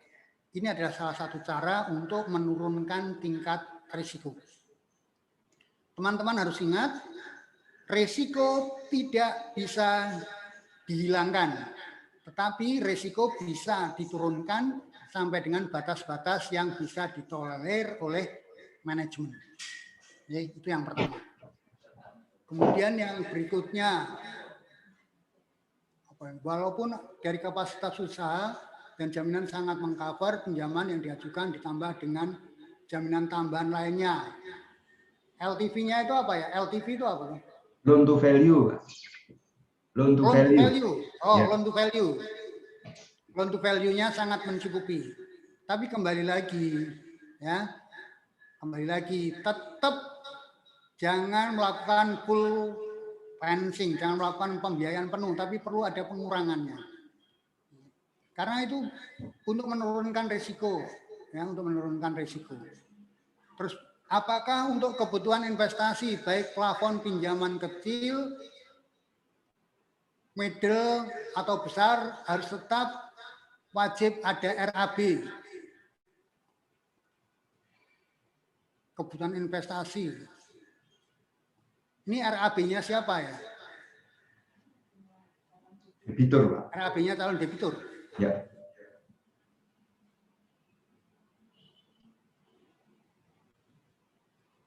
Ya paling tidak kan tadi kita kan perlu melakukan analisis. Ya, perlu melakukan analisis. Berdasarkan data-data makanya kita perlu melakukan analisis aspek keuangan, ya, aspek keuangannya. Jadi perlu dilakukan lah. Kalau diminta adanya RAB, ya nanti dulu kita lihat dulu. Kalau pengusaha yang kecil gitu dimintai RAB, ya bingung. RAB itu kan biasanya lebih banyak berkaitan dengan perusahaan-perusahaan yang bergerak di bidang kontraktor, ya, perusahaan-perusahaan yang di bidang kontraktor. Kalau di perusahaan-perusahaan di bidang kontraktor itu ada namanya rencana anggaran biayanya. Dari rencana anggaran biaya itu dia akan kelihatan pendapatan dia itu berapa sih. Ya, pendapatan dia itu paling kan sekitar 10%, jasa untuk kontraktor itu kan sekitar 10%, itu sudah ada di RAB-nya. Jadi perlu dilihat dulu debiturnya itu bergeraknya di bidang apa. Ya, perlu dilihat dulu bergeraknya di bidang apa. Itu kira-kira yang bisa saya sampaikan. Mungkin ada tambahan dari Pak Imron, monggo Pak. Terima kasih Pak Paulus. Jadi kalau saya boleh lihat pertanyaannya, ini yang tanya ini pasti AO. AO yang sering mengajukan proposal. Ini bahasanya bahasa teknis semua. Pertama gini, ada kata-kata yang menurut saya perlu diharmonisasikan ya. Pertama, Anda membenturkan antara syarat standar dengan tujuan serta aturan dasar. Pak, LTV-nya kan besar, sangat mencukupi. Dan untuk menghindari side streaming, apakah kebutuhan investasi, plafon jambi, harus ada RAB. Saya justru bertanya kepada Anda, di SOP Anda, di SOP-nya Sastu Gombong ya, di SOP Anda, apakah ada pembatasan di sektor pembiayaan investasi? Di SOP Anda, apakah ada pembatasan di sektor investasi? Kalau nggak ada lah, kenapa khawatir gitu? Jadi tabrak aja. Tapi ya itu, ini kan pertanyaannya komprehensif banget ini. Jadi kalaupun LTV sangat mencukupi, itu Anda itu tidak bergerak di pegadaian loh ya. Anda tidak bergerak di pegadaian atau leasing. Jaminannya gede Pak, 150%, 200%. Ya kan kemarin kita udah bicara tentang first way out, second way out. Kalau LTV besar itu baik ya, baik dari sisi second way out. Kalau macet kita eksekusi, kita dapat gede gitu. Ya kan? Tapi untuk eksekusi juga Anda mesti lihat nanti PK-nya sudah proper belum, legal binding-nya sudah belum, pengikatannya sudah belum. LTV besar belum tentu bagus. LTV sangat besar itu kan second way out, first way-nya Anda menganalisa kemampuan tuh dia untuk bayar. baik bayar angsuran maupun bayar bunga tok untuk KB. Kedua, ini saya lihat ada semacam apa ya, perang dingin gitu ya. Ini dulu, mengurangi risiko kredit dan audit. Kenapa kok audit jadi risiko ya? Audit yang melaksanakan tugasnya agar kita semua sesuai rel yang digariskan. Oleh siapa? Oleh SOP, oleh OJK untuk peraturan pemerintah, peraturan PT, dan sebagainya. Jadi audit itu jangan ditakuti, itu justru mitra kita untuk meluruskan jalan kita yang miring-miring. Jadi mengurangi risiko kredit setuju, tapi mengurangi risiko kredit dan audit itu jangan dikurangi, biarin aja mereka jalan, karena kita kalau taat aturan itu pun belum tentu tidak macet. Kedua, kadang dalam perbankan analis kepedean. Ya, saya mah balik bertanya, PD dari mana? Lihat lagi SOP, apakah ada pembatasan di pembiayaan investasi? Kalau nggak ada, kenapa tidak? Apakah harus ada RAB? Lihat lagi di SOP, kalau memang untuk investasi sampai batas tertentu nggak ada RAB, ya waktu Anda kunjungan, waktu Anda bikin call report kunjungan mau ngajukan, butuhnya sekian, Pak, gimana sih Pak? Saya mau buka warung Pak, atau buka toko, itu kira-kira untuk beli semen dan tukang sekian. Itu aja Anda jadikan RAB. Kalau 2 lantai misalnya, luasan berapa Pak? Total 50 meter. 50 meter persegi, kalau hitungan bodon, itu rata-rata pembangunan gedung untuk gudang itu kan nggak ada aneh-aneh, nggak ada marmer gitu. Kalikan aja misalnya untuk RS atau rumah sederhana ya, itu 1 meter persegi katakanlah 5 juta. 50 meter persegi kalikan 5 juta, itu RAB kasaran. Makanya seorang AO itu harus pinter. Masuk ke investasi itu apa yang harus dievaluasi. Trading itu apa, perusahaan jasa apa. Ini Anda ada kata-kata analis kepedean. Nah, kalau memang analisnya kepedean, lebih sok tahu dari Anda yang pengalaman, ya ditabrak ini loh maksudnya. Tetap Anda ajukan, Anda kasih analis yang betul-betul ini, nanti yang mutusi siapa? Bukan analis, yang mutusi kredit komite. Kredit komite dalam rapatnya pasti terdiri dari paling tidak kepala cabang, MM, termasuk direksi dan rekomendasi dari komisaris. Anda putuskan di situ, ini analisnya kepedean.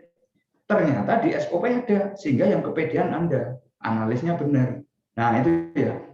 Yang ketiga ini, yang terakhir ya. Sehingga kebutuhannya itu dianalisa menjadi multiguna. Makanya saya tadi pinjaman investasi, modal kerja, ditambah konsumtif, terus jadi multiguna. Loh, kalau memang di project features Anda itu di BPR punya program multiguna kan boleh aja. Bukannya analis yang kepedean, tapi Anda nggak baca SOP. Di sisi lain, kalau betul analisnya kepedean, ya Anda tabrak aja loh, Mas, ini untuk ini. Kok disuruh multiguna? Padahal kita cuma punya KA sama KB. Itu apa ya? Bagian dari proses Anda mengajukan kredit. Makanya ada jalurnya. Kemarin kan kita sudah lihat ya, analisa kuantitatif, kualitatif, majukan ini dievaluasi. Kalau nggak ada analis, biasanya AO senior jadi analis. Itu nanti kita apa? Kita berantem di kredit komite meeting supaya disetujui. Nah, kredit komite juga nggak asal. Dia harus lihat SOP, lihat aturan, ada nggak produknya gitu. Jadi saya tahu ini yang nanya ini mesti ngerti banget ini mengajukan. Tapi ya rodo mangkal harus yang jenenge analis, kepedean itu ya. Nah, tolong nanti dirembuk lagi. Yang penting Anda booking itu aja, secara proper, aman. Perkara LTV dan sebagainya, SOP Anda kan bilang, kalau SHM itu milik sendiri 70%. Kalau kendaraan umur sekian 50%. Seperti yang Pak Paulus tadi. Dulu kan kredit uang muka rumah sekarang 0% sampai berapa? Berarti LTV-nya bisa berapa? Itu yang harusnya dibahas ya Mas yang dari SAS itu. Dan saya kira udahlah kalau masalah internal gini, duduk bareng seminggu 2 kali 3 kali refreshing course pagi, bicarakan ya analis, kamu jangan kepedean. Nanti analisnya balas, loh kamu yang sok tahu lah malah rampung-rampung. Baca SOP-nya bareng-bareng, minta direksi untuk ngasih fatwa yang benar gimana. Sehingga tetap booking gitu, jangan malah padu dewe. Enggak Pak Paulus, semoga dilanjut ya Mas. Iya Pak. Baik, terima kasih. Yang berikutnya dari Mas Gunanto, PT BPR Arta Kurnia Raharja. Ini dari itu ya, Ciawi ya. Ciawi. Apa kabar Mas Ciawi? Izin bertanya Pak Paulus dan Pak Imron, untuk analisa kredit, perhitungan biaya hidup seperti biaya makan, biaya dan lain-lain itu dihitung berdasarkan interview ke debitur, saat survei atau hitungan tersendiri Pak.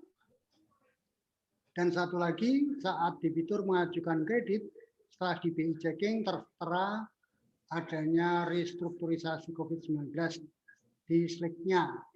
Namun debitur usahanya masih berjalan dan cash flow-nya masih baik.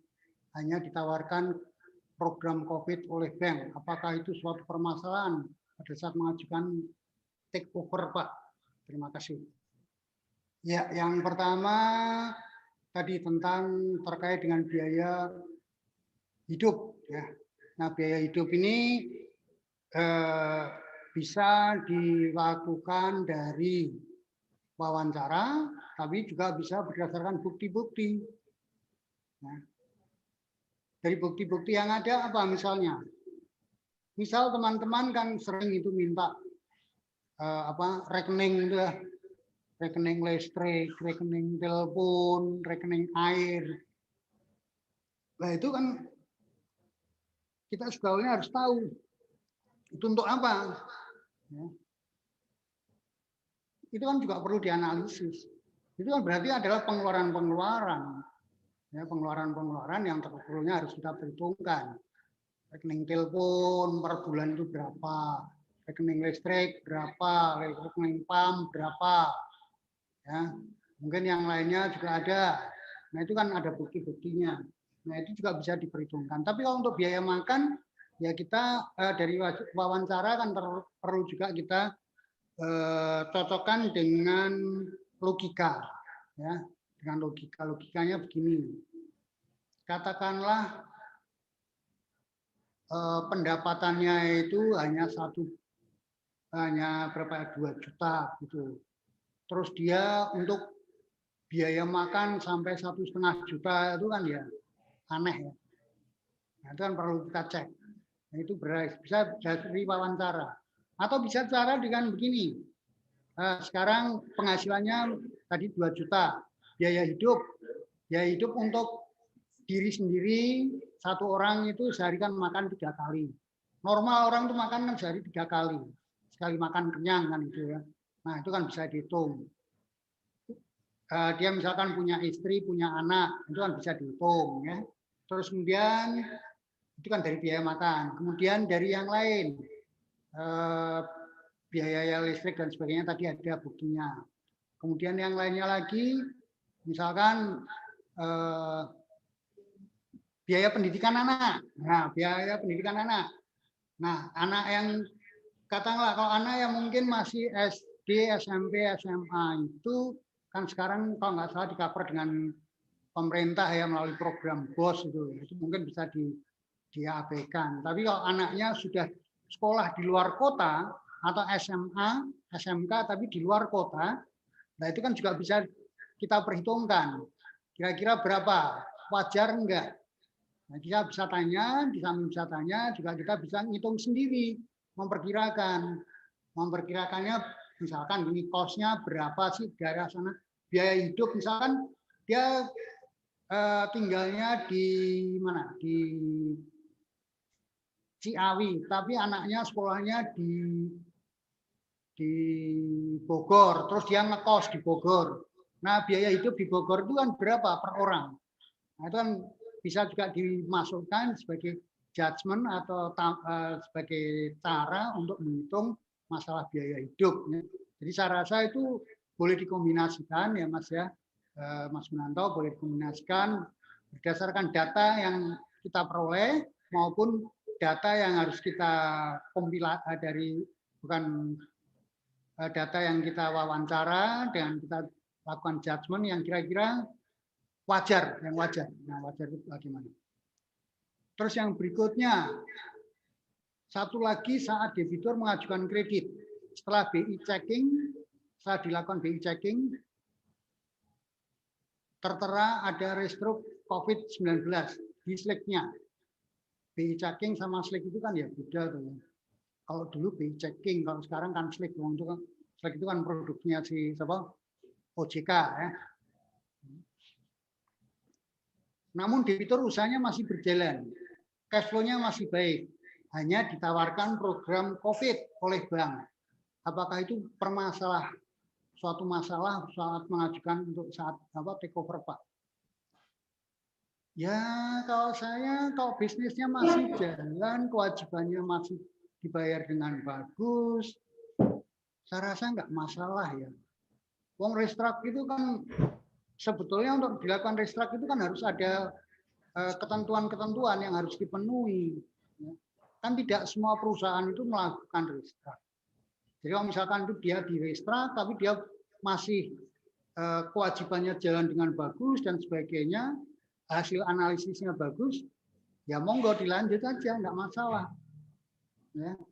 Tapi kalau misalkan dia sudah di restruct, terus kemudian dia minta mengajukan untuk di take over, tapi dalam perjalanannya dia pembayarannya di tempat yang lain karena restruct-nya tersendat-sendat ya jangan.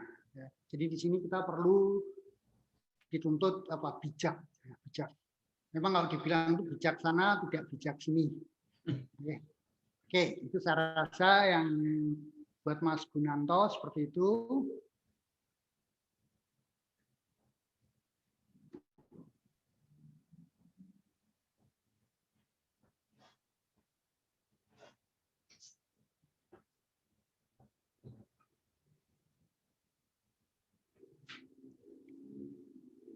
Ya, ini masih kembali pada Mas Eko. Ya. Mas Eko, mohon maaf Pak Paulus, sebelum minta cash inbox, perolehan akhir hari saat kunjungan dengan pembagian per jam saat wawancara. Tentu tidak serta-merta memaksa. Tentu saat ini dengan izin Cadep jika berkenan. Jika memang tidak berkenan, tidak akan memaksakan. Terima kasih, matur nuwun. Ya, itu bagus. Tapi sebetulnya kalau ini kan nggak perlu sampai kepada cash inbox ya. Nah kalau cash inbox-nya duitnya cuma sidik karena dia sudah buat dipakai membayar kas macam-macam. Informasi apa yang diperoleh dari cash inbox? Ya kan? Nah, karena di dalam cash inbox itu kan pasti ada duit masuk, yang mungkin juga harus bayar apa. Jadi sebetulnya kalau saya lihat di cash inbox itu kurang pas ya. Dan ini kan sudah menyangkut sampai ibaratnya itu kan sampai pada dompet, ya, dompetnya. Kenapa nggak tanya dompetnya aja, Pak? Kan gitu, Pak, tolong Pak dompetnya, duitnya ada berapa? Wah, duitnya muntel banyak. Itu teman saya Pak Purwono itu. Ya sebaiknya jangan sampai seperti itu, karena ada batas-batas privasinya. Ya, kita yang harus jaga. Jangan sampai membuat si debitur itu tersinggung. Ya mungkin pada saat itu dia oke, tapi nanti kalau dia woro-woro ke sana kemari kan repot. Wah, yang kredit yang BPR SAS itu sampai ditakoni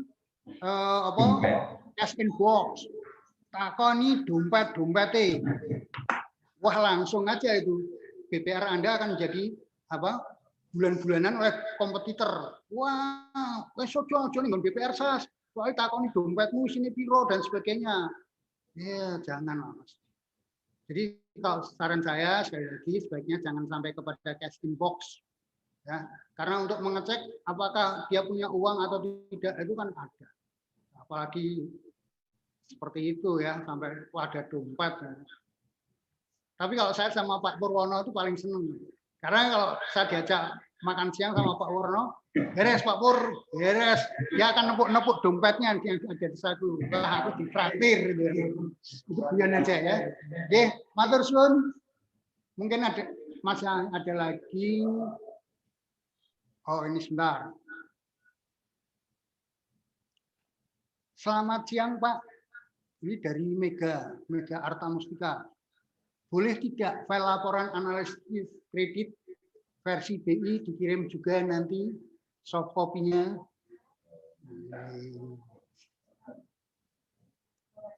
Menuran di sini. Selamat siang Pak, ini Yason.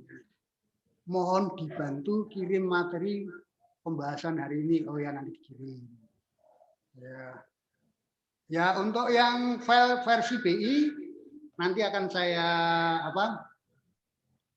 akan pelajari lagi. Jadi biar saya akan baca dulu lebih dahulu ya Bapak Ibu. Nanti akan saya bagikan juga. Pasti itu akan kita bagikan. Bahkan kalau perlu nanti juga kita, kalau saya sudah baca lebih jauh, nanti biar kalau ada perlu pelatihan-pelatihan dengan menggunakan versi BI itu juga bisa kita gunakan. Ya. Jadi prinsipnya tidak berkeberatan. Karena ada dua, yang satu terkait dengan masalah memorandum kreditnya, dan yang satunya itu apa ya yang dari BI. Sebentar, saya lihatnya sebentar. Saya lihatnya yang dari BI itu apa tadi ya. Saya juga heran, dulu ada BPR yang ikut ya, BPR grup kita yang ikut pelatihan dari BI, tapi ternyata kok ya nggak diterapkan gitu loh. Padahal itu kan bagus. Dan itu tahun 2010, 2011 gitu. Itu kan bagus ya. Tapi kenapa kok nggak diterapkan? Sebentar, ini saya bukakan dulu. Oh ya, yang satunya analisis kelayakan, yang satunya adalah scoring UKM BPR. Nah, ini kalau yang scoring UKM BPR mungkin teman-teman sudah biar tahu.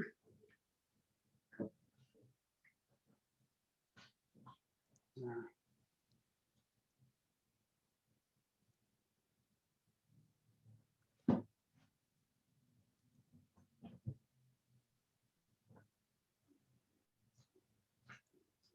Bentar, saya tunjukkan yang scoring BPR.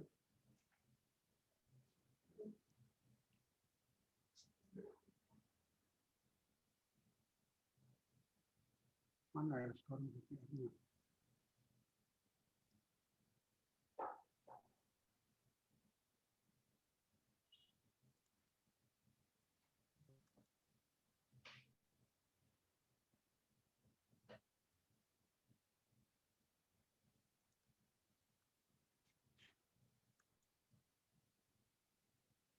Oh, ini.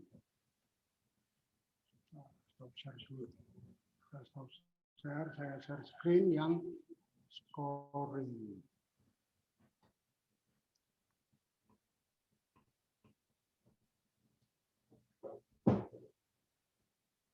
Analisis kelayakan X1 bukan.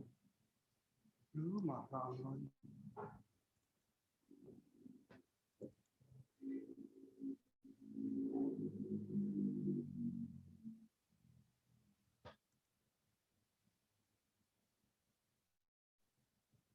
Sudah. Kelihatan enggak ya?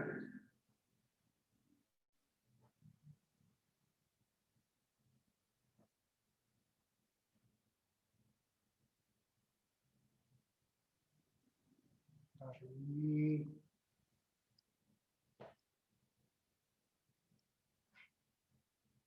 oh, enggak kelihatan ya.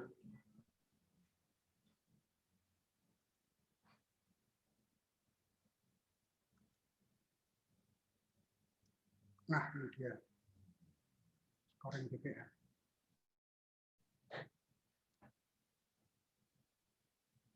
Ya, ini yang scoring BPR Bapak Ibu sekalian. Jadi dari BI itu ada dua. Yang tadi analisa kelayakan, ya. Yang kedua itu adalah memorandum usulan kredit dengan menggunakan sistem scoring. Ya, ini ada pedoman-pedomannya.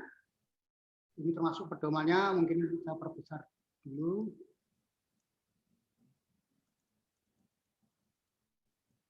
Nah, ini adalah pedoman-pedomannya.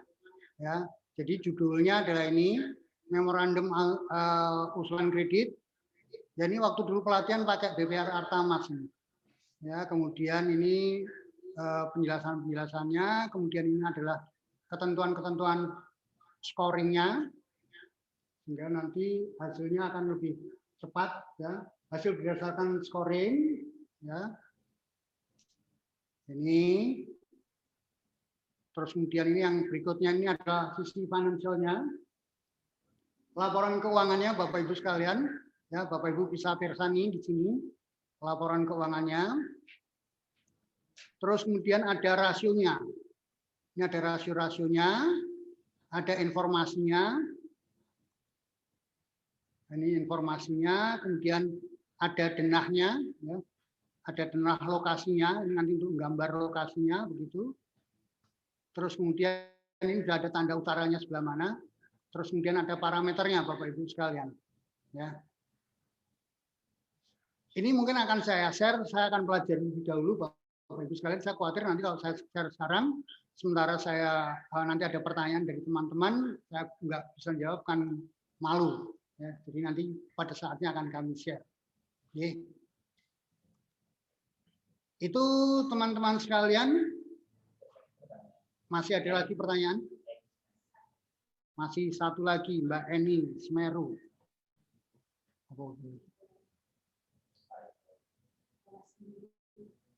Bawa sendiri.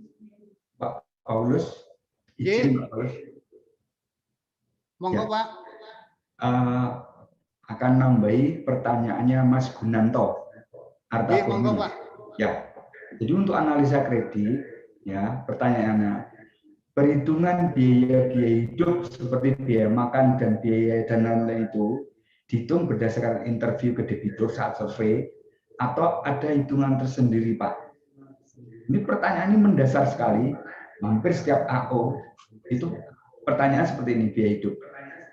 Mas Gunanto tolong dijawab ya. Mas Gunanto sudah beristri atau punya anak, Mas?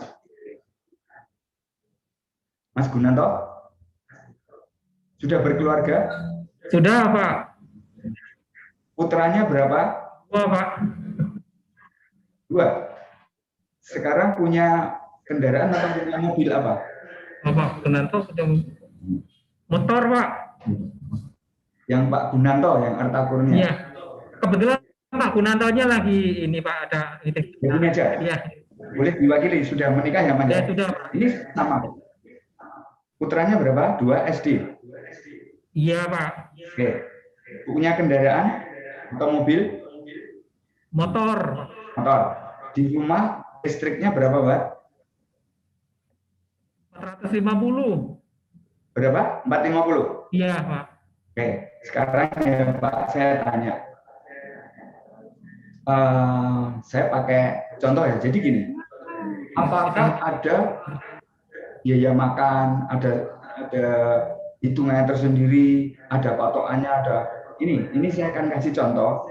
Ini masih juga menjawab pertanyaannya Mbak Emi atau siapa tentang feeling dan intuisi. Ini bedanya. Jadi tentang perhitungan biaya hidup seperti biaya makan, biaya dan lain itu dihitung berdasarkan interview, saat survei atau ada hitungan tersendiri. Saya coba ini ya gambarkan ya.